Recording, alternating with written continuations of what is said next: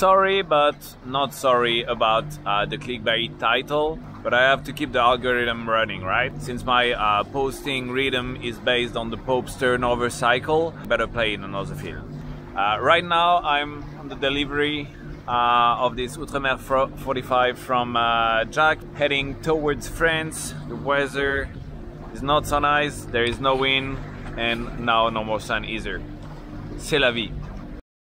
Early 2022, I got tired of living, with no headspace, and the old van you need to go through its mod inspection, and the repairs were kind of having up to 3 zeros, so it was time for an upgrade. I got myself on an Iveco 3510 from 1995. With under 200k kilometers. It was already turned into a house, but not quite to my style and to my standards. So I ripped off everything, but the walls, the wood walls, and the insulation. I kind of started from zero the interior refit and built myself basically an apartment on wheels. I've got mostly fast forward videos of the build, but I'll show you at the end the final result. Or kind of final, it's always evolving, but all the upgrades and installation I've done in the van, which is pretty much a boat that does not heal and has no salt water to poop in.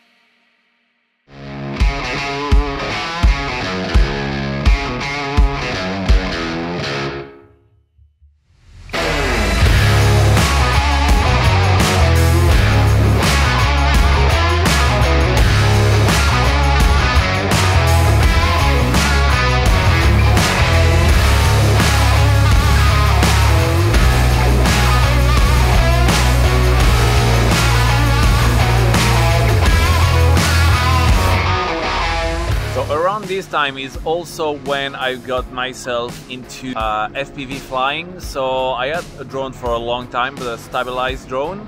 I started FPV, which is first person view. So it's like, a drone that you can pilot with goggles, which allows you to pilot much faster, much closer to some obstacles. And yeah, it's definitely a fun game, and it makes great footage at sea. I've studied the long way. I've studied with digital analogic drones with radio, and I was spending more time fixing them than actually flying. But after hours of soldering and also crashing and rebuilding the drone again, I've started becoming better at piloting, and I switched to DJI FPV, which works all the time and allows still great footage. The purists will prefer the the homemade build FPV, but I'm not as good as this. So yeah, here is some of the footage that I've captured while training, and enjoy.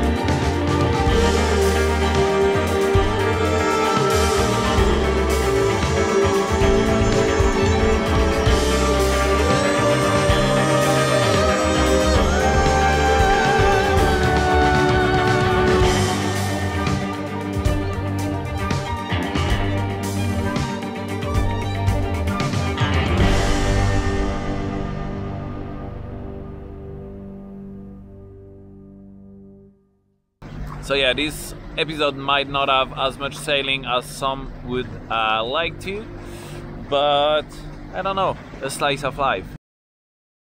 Good morning. Well, here I am in Concarneau, because while I'm figuring out plans for my future sailing projects and everything, I need to work. And at the moment I'm working in Merconcept, which is the shipyard of François Gabart. They have, you know, their Ultime Trimaran, but they also host projects like 11th Hour Racing, Apivia, and the building of VNB, which all are IMOCAs, preparing for the Vendée Globe. So yeah, it's you know, not the funniest job, but it's pretty interesting. I'm learning a lot of different skills. At the moment I'm working with pre-preg, you know, the fiber saturated with epoxy that, you know, you cook afterwards. It's super interesting, and you know, I get to see new techniques, I get to meet people and everything, so that's pretty cool. It's, you know, a classic 8 to 5 job, but it's yeah, it's important doing this as well to, you know, not only work by yourself but learn from people that know more. So that's it. And today they launching 11th Hour back in the water after a quick refit. We're gonna go see this and get to work.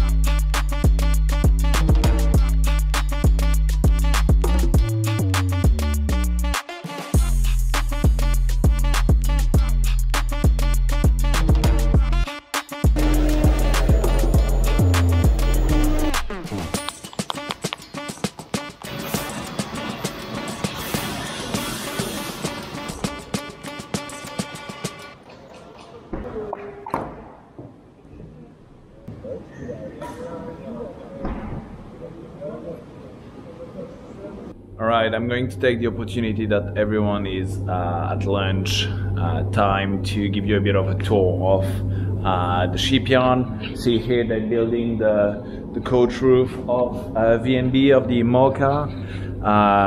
That's what I've been doing a lot these past weeks, doing parts. So this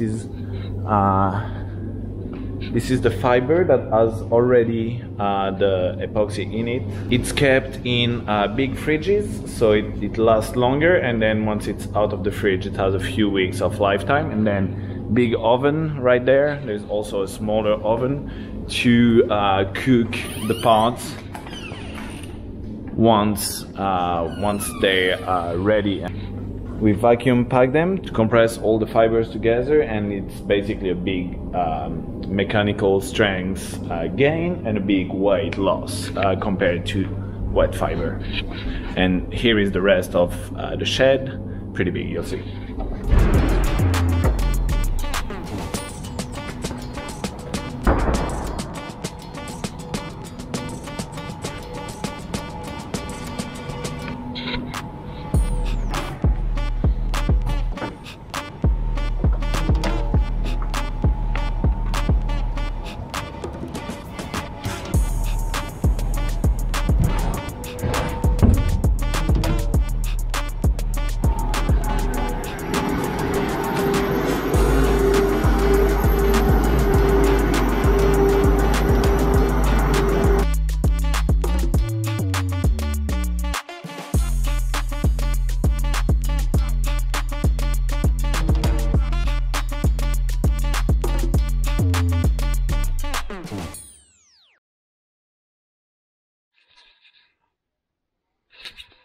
Hello and welcome to the awesome boat on wheels. So I haven't been posting up lately because I have a little bit of a refit going on, and it takes most of my time. also my free time at least. So not much editing, but the van. Iveco 3510. I had it, you know, bought it for really cheap with under 250,000 kilometers. So great deal. These trucks, you know, they made to be heavyweight, to be with a special license. This one isn't, but it means that you can carry quite a bit of load. So the van was fitted with insulation, and it was already converted into a camper when I got it. So the doors for the storage, this door and the windows were already in, but I removed everything from the inside to kind of convert it myself and change a few stuff. So I'll take you inside. Right, so a few stairs. Now it's been a while. I haven't been living in the van because I've been working a lot on the refit of the house. The walls are done with wood, but under this there is insulation. I've installed a little hatch there so the kitchen can breathe. I have a sink, gas bottle under it, some storage, normal, you know, kitchen stove, some storage around. I have a little water heater for the shower. Ta-da! So yeah, shower, just put some you know, flooring on the sides, falls down there. It's perfect, you know, just to have a quick shower. I have dry toilets, so, you know, separates the liquid from the solid. Solid, you just add a little bit of wood scraps on top, and then you empty it in the wood whenever, and the liquid goes into a little tank under the van. Super convenient when you're in a bit crowded places or in cities. Makes it super convenient. The van is really high. See, there I'm in the middle, and I have a bunch of space above me, which means that it's lots of lost space. So I built this kind of platform so to allow storage, you know, under, and this way also the weight is kept down. So talking about weight, I have 200 liters of water into this you know, soft pouch. 200 liters of water. I have a classic boat pump behind there with a filter. It's just like a boat, really. I have more storage here. This table goes down and converts into a bed. You have a nice view. More storage here. I have the bed right here and a little table here.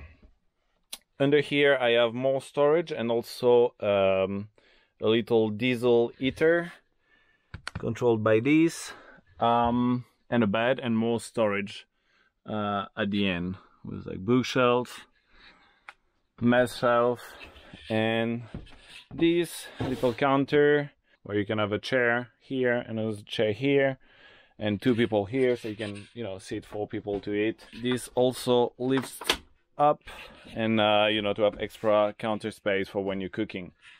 So yeah, it's a little apartment on wheels.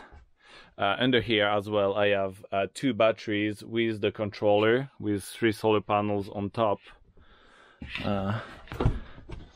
So yeah, the 2 batteries are down there, and I have more storage here, and I have an inverter as well, and a bit more storage here for clothes and stuff.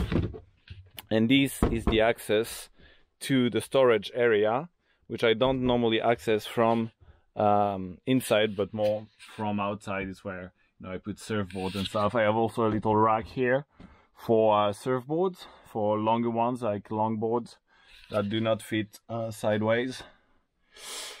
So yeah. Oh, and electric system. So I have the batteries down there, and here I built just, you know, a panel with just like in a boat. I used some of the old wiring of the boat, but redid all the panel. So I have a 12-volt circuit and a little 220-volt circuit for, you know, plugging laptop and recharge tools and stuff like that. So yeah, that's for the kitchen. And now for the storage, which is super convenient.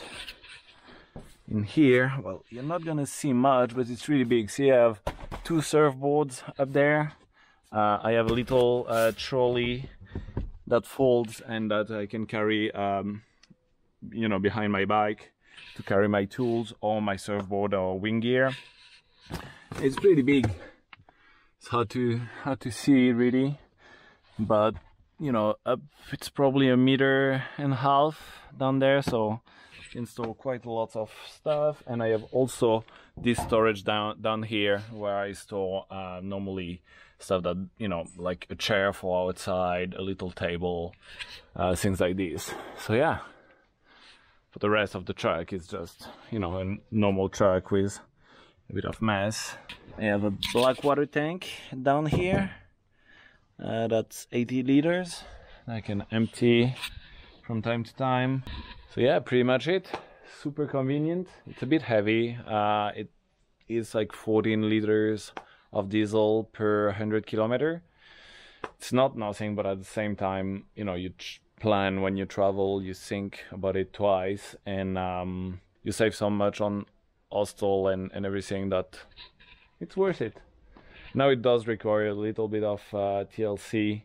The brakes need a little checkup. I need to change the front tires, little stuff, but the van is pretty good condition. So yeah, but yeah, it's a really good land boat. I use it, you know, when I go on the start of races, when I work on the class 40 or other. I can go, you know, to the race start, which is 5 to 10 days prior to the race. I have to be there, take care of the boat. So I have my little apartment with all my tools in there. It's pretty good.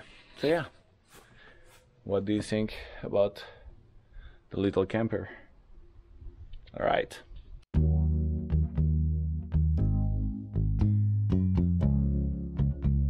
Well, the van is almost empty. It's been 2 years living with no headspace, so time to upgrade. Emptying the van, selling her, and got a new van on the way. I'll show you this.